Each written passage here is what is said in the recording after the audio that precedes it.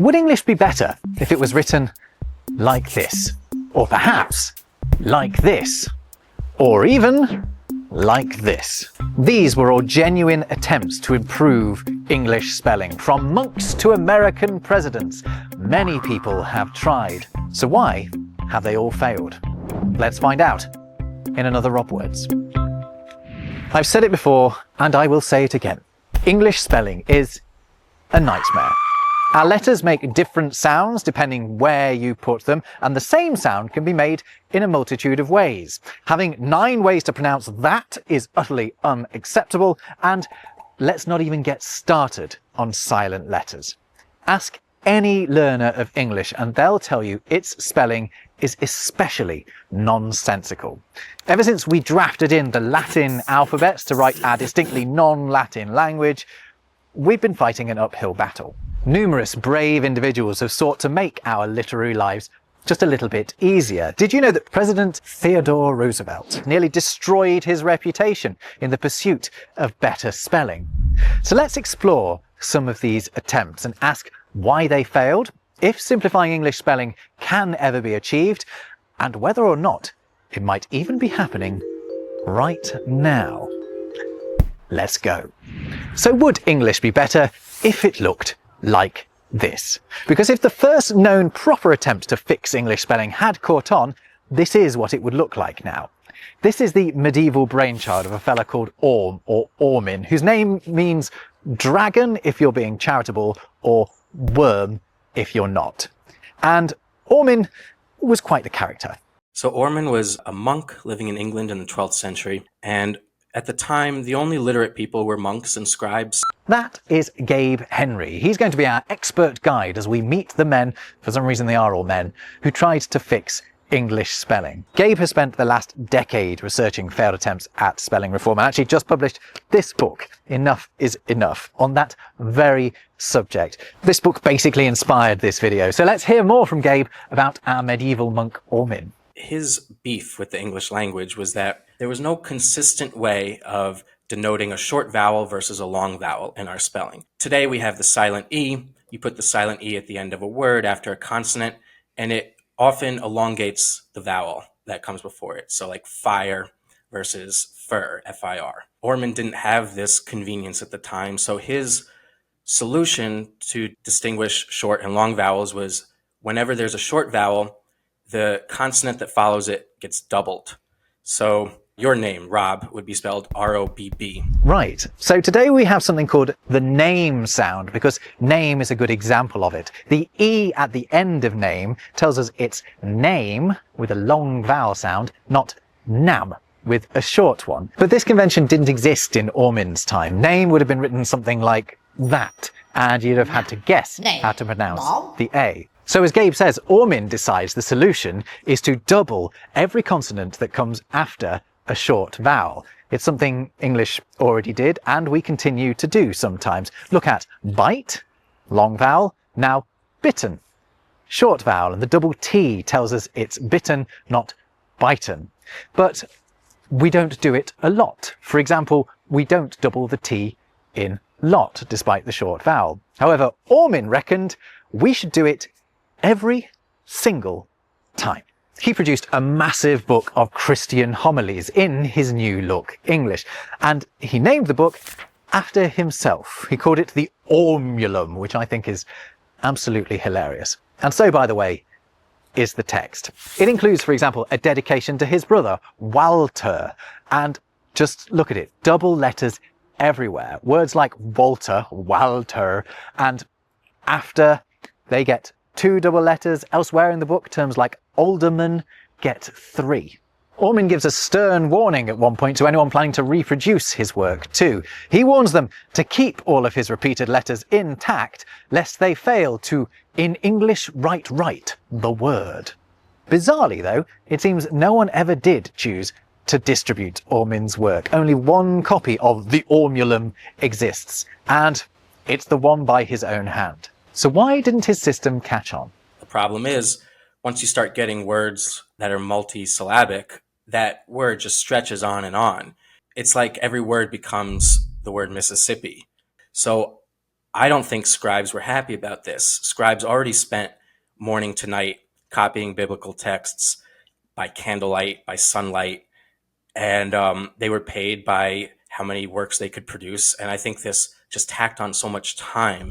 So nice try, little dragon man. In some sense, you were ahead of your time, because we did go on to tackle precisely the problem that Orrmin flagged up. We just took a different approach to him.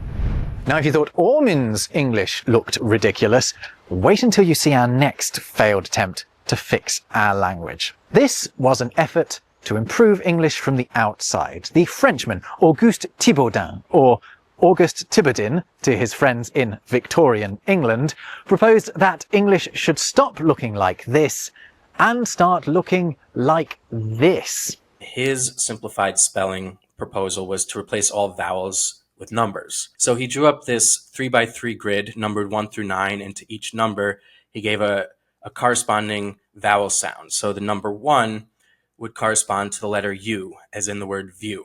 So if you were to write the word view, you'd spell it V1, and so on for all these nuanced vowel sounds. Seriously, this system is baffling. He produced this illustrated version of the grid, which is supposed to help. The hair in the 8th position tells you that 8 represents the air sound in hair. The fella shooting the hare tells you that 9 is the R in firearms, obviously. In the 5 square, these blobs are frogs for O, but they're not to be confused with the blobs in 4, which are toads for O. Confused? To demonstrate his proposal, he wrote up a translation of the Lord's Prayer. It has to be seen to be believed. It really looks insane. See it and believe it. Our Father, which art in heaven, hallowed be thy name. Our current spelling of which is a mess, but I do not reckon that Auguste's is any better. Plus, look at the word temptation from later on. Also, can you see how he's flipped the 3 to make it look more like an E, which seems to me like an admission of defeat? He's also brought in these angles for nasal sounds like an and on, and also apostrophes for dropped vowels. I obviously haven't given you enough time to learn this system, but shall we see if you can work out what something says anyway? See if you can read this. I'll give you a few seconds.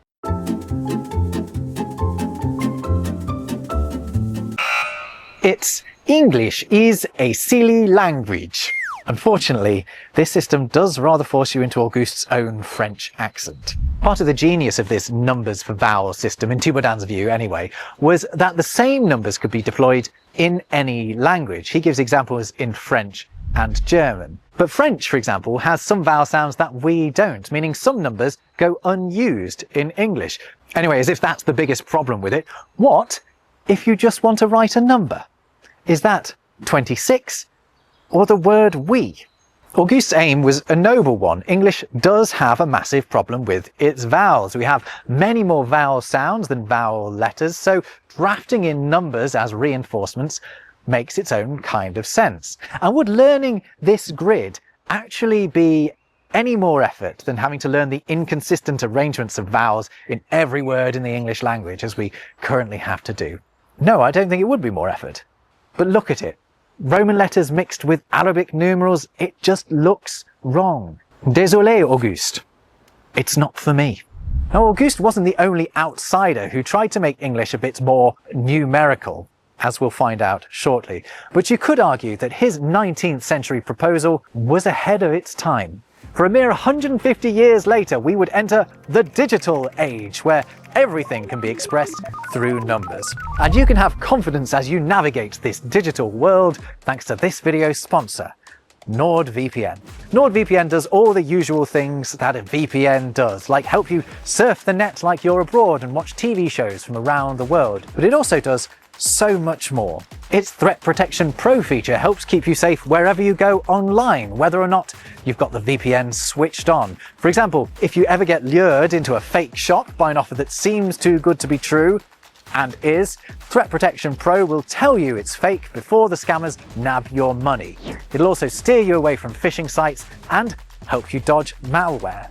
I have NordVPN switched on all the time because I sometimes work in cafes and it protects me on their unsecured Wi-Fi. Plus, I can also protect my entire family by having it on up to 10 devices. So use my special link, nordvpn.com/robwordsvpn, to get an exclusive deal with 4 extra months for free. There is a 30-day money-back guarantee, so it really is risk-free too. Go to nordvpn.com/robwordsvpn and give it a go. Back to our bizarre attempts to fix English. Now, if you thought Auguste Thibaudean's system replacing vowels with numbers was silly, wait until you hear this. This Lithuanian man living in England, his name was Major Bartłomiej Banowski. He came up with a system that didn't just replace vowels with numbers, but replaced all letters with numbers. And the way it would work is, first you would take a word and you would reduce it to its dominant consonants, like the word paper. You would reduce that to PPR, which sounds logical enough. I think we could probably read that on a sheet of paper. But then you would take PPR and you would bring that over to another grid numbered 1 through 9, and you would find these corresponding numbers. So the word paper would be translated to 994. This made a lot of sense to the guy. And this is supposed to be helpful. This is him fixing the English language. It's supposed to be helpful. This is kind of similar to how businesses used to come up with quirky phone numbers based around words. Do you remember that? Actually, some people still do it, don't they? It's easy to convert the letters into numbers in that way, but Bartłomiej wants us to do it the other way round, which is very different. Because yes, 994 can be paper, but it can also be piper and even beeper. Nah, that strikes me as a non-starter. And Major Banowski seems to have feared it might be too, because he also proposed an alternative system. This one used flipped letters to give us more characters to play with. Here's his take on the Lord's Prayer. For some reason, it always seems to be the Lord's Prayer that gets translated first. It is readable, isn't it? But it offers nothing in the way of simplification. It's just extra letters to learn. So 2 attempts by the Major and 2 major failures. Both iterations kind of fell under what he called the anti-absurd alphabet. His book about anti-absurdity is one of the most absurd things I've ever seen. I know. And he referred to all his followers, of which there were probably none, but he referred to them as anti-absurdists, and he urged all people to spell anti-absurdly. Now, we've so far looked at some of the truly terrible efforts to improve English spelling, but there were many more attempts in centuries past, none of which got off the ground. But not every effort ever embarked upon has failed in its entirety. There have been some successes. If you're watching this from the United States, you probably have an ever so slightly easier time of spelling than we do in a lot of other parts of the English-speaking world. For example, you don't have to contend with our odd arrangement of ER in theatre and centre. Your plough is only 4 letters long versus our 6. Your diarrhea has at least 1 fewer superfluous letter, and your or words are always shorter than our words. And for all of these advantages, you have one man to thank. American dictionary writer and spelling reformer, Noah Webster. If there was any success out of the simplified spelling movement, it was Noah Webster. So 1789, he publishes Dissertations on the English Language, and it concludes with a chapter called An Essay on a Reformed Mode of Spelling. And in it, he proposes removing most silent letters from words, phoneticizing other words, spelling tough as TUF, laugh as LAF, and this proposal was so radical that it met nothing but resistance and a lot of mockery as well. And because of that, Webster pulled it back. He didn't come back to it for a while, but 20 years later, he's putting together Webster's dictionary, and he's able to selectively incorporate some of these older, more moderate, simplified spellings. And he didn't invent these spellings. These were bouncing around England and America for a little while, but he was the one who standardized them as Americanized spellings, and they've come to shape what we know of as American English today. And it is in America that the movement to reform English spelling has always been at its strongest. That almost certainly speaks to modern America's roots in rebellion against the old ways back in Europe. Benjamin Franklin was another major figure in the movement to simplify spelling. He went so far as to invent his own set of new letters to help push through his idea of what English should look like. I went much deeper into that actually in a recent video about alternative alphabets, but the ever-inventive Ben proposed getting rid of C, J, Q, W, X and Y, each of which he felt you could spell with other letters easily enough, and introduced 2 new vowels and fresh letters for the ung, th, th and sh sounds. I really like his approach, but it can take some getting used to. He also thought we should double a load of vowels too. But it would be another major American figure who would come the closest to revolutionizing the way English was written. President Theodore Roosevelt. In a mostly forgotten spasm of spelling reform fervour in his late presidency, he went further than anyone before or since towards imposing a new spelling regime for English. In 1906, he orders everyone to start using the simplified spellings that were being pushed by the Simplified Spelling Board based in New York City. And the board had come up with these 300 spellings, and Roosevelt ordered all federal employees to use this list. He himself used it in letters and correspondence. He ordered his own printer to use it. That lasted about 3 months before Congress overturned this. And Roosevelt never really spoke about this 3-month stint publicly again. I think he was just too embarrassed. And you can see why. The political cartoons from the time are brutal, showing him literally murdering the English language or wasting time correcting pointless documents when he should have been running the country. And that's something that spelling reformers have faced at every turn. Ridicule. If you want to resist simplified spellers, it's so easy to mock because simplified spelling, aesthetically, visually, it looks like child writing. It looks like if you ask a 5-year-old to sound out, hey, Billy, sound out the word enough. He'll probably say ENUF. So it has this childlike, juvenile characteristic to it. So to mock it is just easy. All you have to do is come up with exaggerated, phonetic, over-the-top, simplified spellings. The near constant mockery is one of the reasons why spelling reform basically always fails. Another, though, is the impracticality of it. I mean, a new spelling regime means everyone has to learn a new way to write. And what are we going to do with all the things that were written the old way? Have we got to rewrite them, all those books? Who has the time, money, or inclination? However, there are cultures that have managed to adopt entire new alphabets, so change is possible. But why doesn't it seem to be with English? You spent 10 years researching spelling reform. Mm-hmm. What have you concluded about whether or not it's even possible? I mean, I think that over and over again, I see that language is so deeply rooted in tradition and identity that people will resist changes, especially if those changes are coming from some top-down authority who is trying to implement vast reform over a huge mass of people. It's just too much of an imposition in people's lives. We have too many things going on already to start to just flip our language upside down and start doing it differently tomorrow. So I don't think that a large-scale reform for a language like English, which is obviously very complex, very irregular, I don't think a large-scale reform from the top down, from an authority, really is practical. I think smaller reforms here and there could be practical.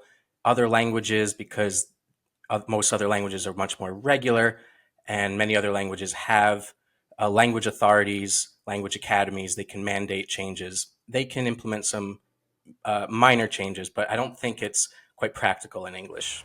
So attempts to impose spelling changes on us seem doomed to fail.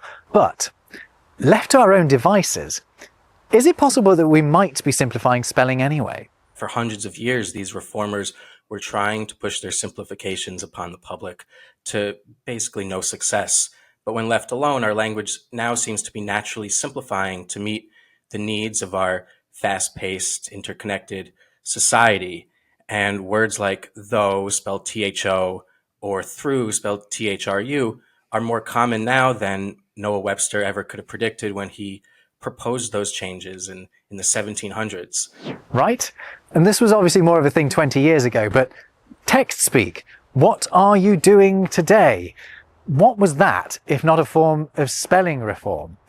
But that was driven by technology and by necessity, the necessity to fit your words into a single text message.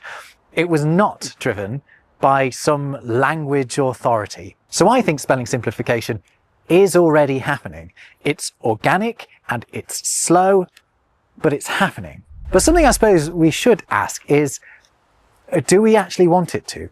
Embedded in our existing spellings are all kinds of clues to the origins of words and therefore their histories and literal meanings. Wouldn't it be a shame to lose that? And aren't bizarre spellings what give English some of its character? Aren't they a feature, not a flaw? What does Gabe reckon? It takes twice as long generally for kids to learn or master English spelling compared to more phonetic languages like Spanish or German. And we also have twice the rate of diagnosed dyslexia.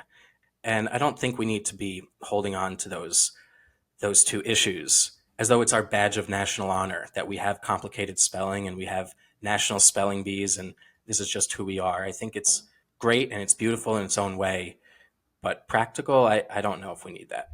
Well, I'd love to know what you think. Does English spelling need fixing? And if so, how do we do it? Let me know in the comments. I cannot recommend Gabe's book enough. I feel like he could have written it just for me. If you like this channel, you'll love this. I'll leave a link to buy it below. While you're at it, check out that NordVPN deal too. And I'm also going to stick my entire chat with Gabe on my Patreon. So sign up if you want to see that. In the meantime, I'll see you in whatever you choose to watch next. Take care.